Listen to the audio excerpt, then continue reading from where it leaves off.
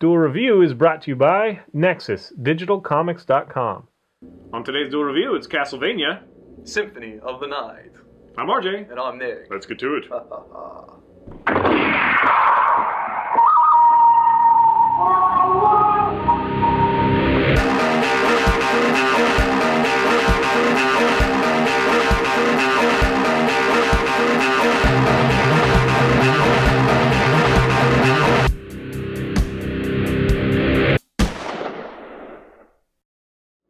Today is November 20th, and we're taking a look at Castlevania Symphony of the Night. That's right. It came out in 1997 for PlayStation, Sega Saturn, and now you can buy it on Xbox Live Arcade and PlayStation 3, which is where I most recently got my copy. XBLA PSN.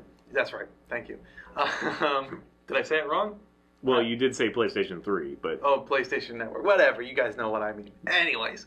So, yeah, I did play this in 1997, and I really enjoyed it, but I forgot how much I liked the game. You can't shut up about it the last couple weeks. I can't. I started playing it again, and I was like, wow, I can't believe I forgot about this game, you know? And then I beat the game, and I was like, oh, wait, what's going on here?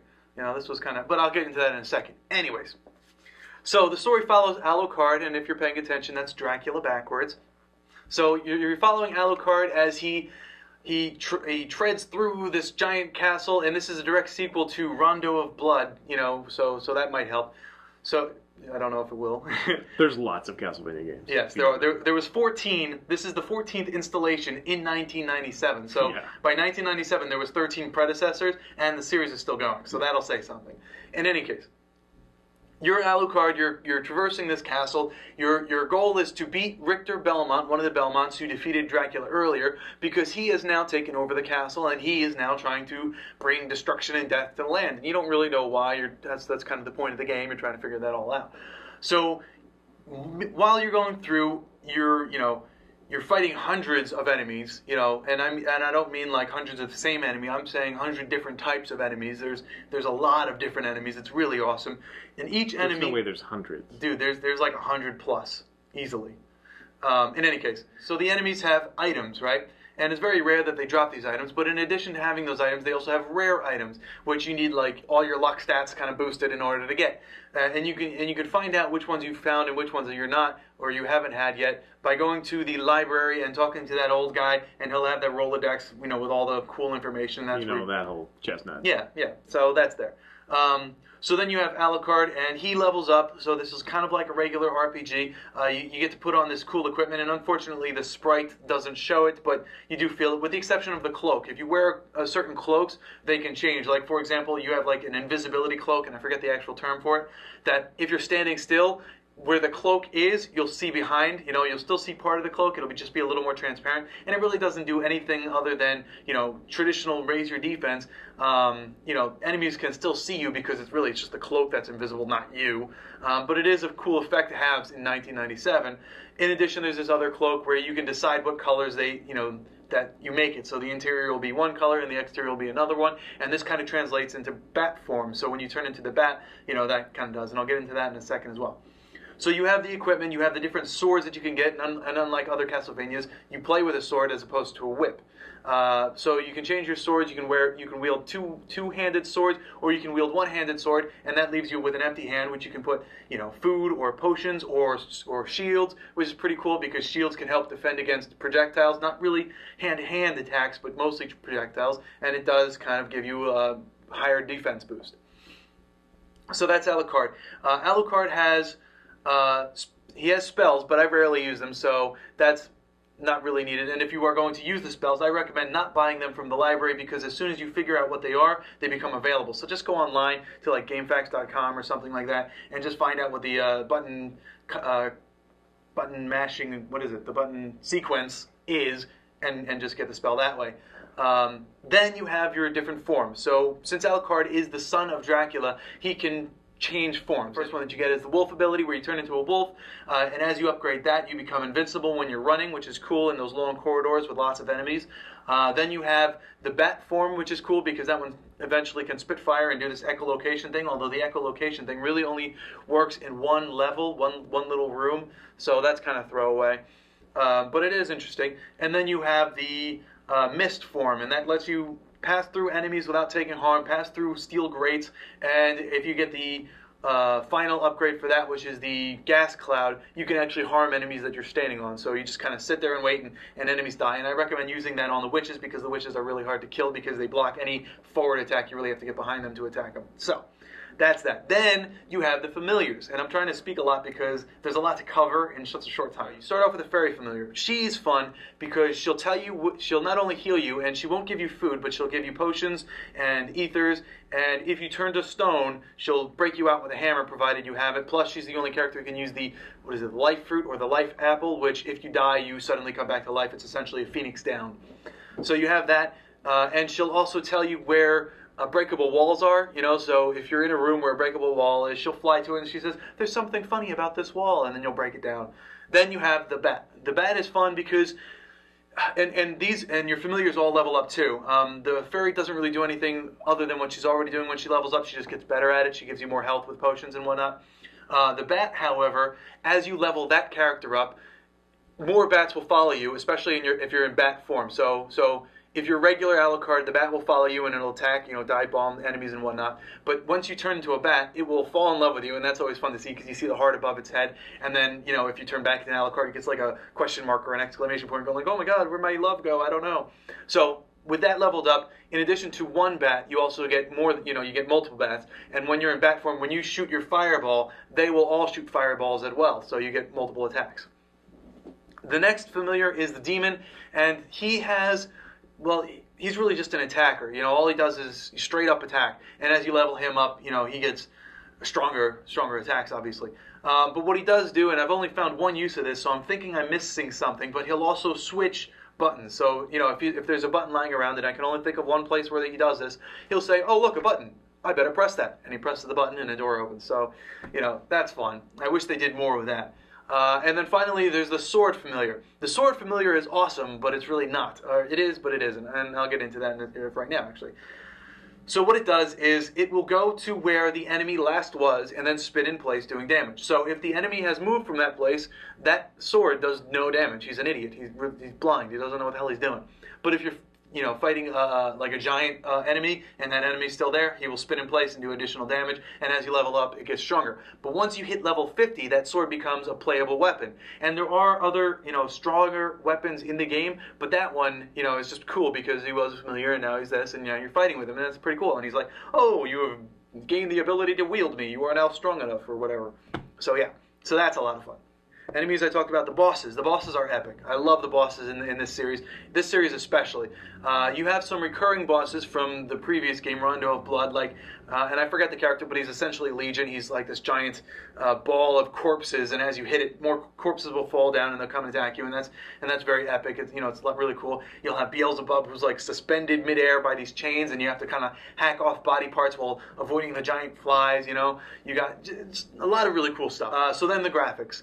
The graphics are great because this is a PlayStation format, so while they could have gone all 3D, they didn't. They only took the 3D into the world. Like not your sprite is 3D, your sprite is obviously 2D, and it's beautifully done. Strider. Yeah, Strider's second Strider for PlayStation, right. But they do a lot of great stuff with depth perception, so as you're moving, like the, was it isotropic perception, so if you're here, like as you're moving, the background moves too, and that's really cool. So graphically, this is amazing. In fact, I think this has been or awarded for like the best sprites, best graphics ever. Because I don't know about the best graphics ever, but really good graphics, best sprite sheets I've ever seen. It's just a beautiful game. The soundtrack is amazing, except for that sappy ass song at the end, at the credits. But other than that, it's great. So the graphics are great. The audio is great. The characters are great. There's a lot of personality for the characters. The voice acting is kind of kind of stunted, but it's not bad where it takes you out of it. It's just kind of slightly overhand, and so Maria's an annoying character. So, let me talk about the world, and this is where it gets fun. So you're traversing this giant castle, and there's a lot of cool breakaway areas. There's a lot of Easter eggs, and by Easter eggs, I mean if you're in the church area, and Alucard has the ability where he can sit, so if there's a chair, you can hit down and you can sit in that chair. That's amazing. But in this one area, there's this in the church area. There's a separate room, and you'll see these 2 chairs separated by a wall, and that's the confessional. If you sit in the one chair, a ghostly priest, will come over, and if he closes the curtain, quickly stand up to get him to go away, because he's going to attack you. But if he doesn't, he usually does nothing, but sometimes he'll throw you a health potion or something.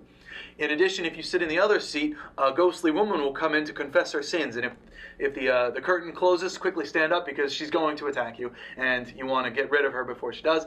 But if she doesn't close the curtain, then she's going to do something good. So there's those cool Easter eggs. Plus, in this one area where you see the windows and there you see the courtyard beyond, there's like this big floating eye that follows you around as you move. So that's pretty awesome. So they did a lot of great stuff with Easter eggs. So you finally made it up to Richter. You beat him. That's the end of the game. Everything's anticlimactic because Richter was so easy to beat, and you have all of these relics that you did not get yet. What's going on? You did not go into the clock room, and by the clock room I mean not the halls with the giant grandfather clocks, but the one in between them with the giant clock there. You use the silver and the gold ring, and the floor opens. You fall down, talk to Maria. She gives you the holy glasses. You go and fight Richter for the second time because you beat him before, and you'll see a floating ball. You destroy that ball, and this time you'll be greeted with a new cinematic. The castle falls from the sky. So you have this inverted upside-down castle falling from the sky, and it kind of links up with the towers. And now you have to do the entire game in reverse, upside down, all over again to finally get to Dracula. And there. So that's the game. That's everything that I could say. Graphically epic. The sound's pretty damn good, but just the fact that you thought you were done and now you have to play the entire game over again is just an amazing game. There's no reason not to check it out. So yeah. I can think of one. What? No whip. Well, okay, but if you beat the game and you start over and put your name in as Richter, you get to play as Richter, the whip-wielding hero. Oh, okay. So there you go. There you go, problem solved. And if you have the Sega Saturn edition of it, you can also play as Maria, but I don't think Maria did anything, so I don't know why. I have a Sega Saturn. Yay! So yeah, so that's Castlevania Symphony of the Night, one of the best Castlevania games out there. I highly recommend it if you haven't seen it. Clearly 1 out of 1 Nick Box. Really enjoyed it. Yes. All right, guys. Well, I guess that's it. He couldn't shut up about it. I have nothing to add. So I guess that's it. Thanks for watching. Please subscribe to our YouTube channel and tell us what you think. Watch our great playlist. Game Live has been a lot of fun. Moonflower and Forever are great. Thank you. And please leave comments. We love comments. And you can help support us by buying our wares at spiderwolf.com. Yes, please. T-shirts, card games, art prints, short stories, and more. See you guys later.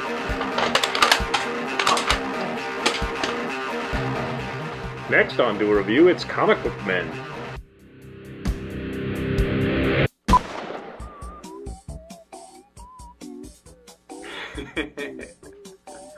I look pained. Yeah. Smiling. On today's Duel Review, it's Symphony of the Night. Castlevania Symphony of the Night.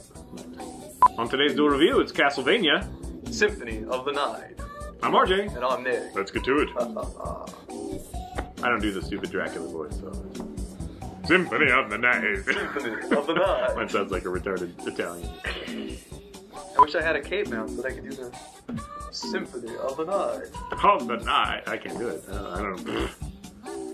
Just beyond me. You want to do it again? No? Why? Fine. So yeah, I really didn't think I would cover all that in 20 minutes. It took me, what, 10 minutes? 15 minutes? How long did that take? I don't know, long enough. I just rambled. That was a lot of rambling.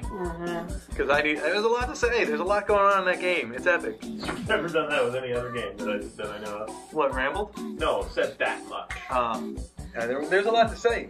And there's so... Shut up! Give them facts and stuff?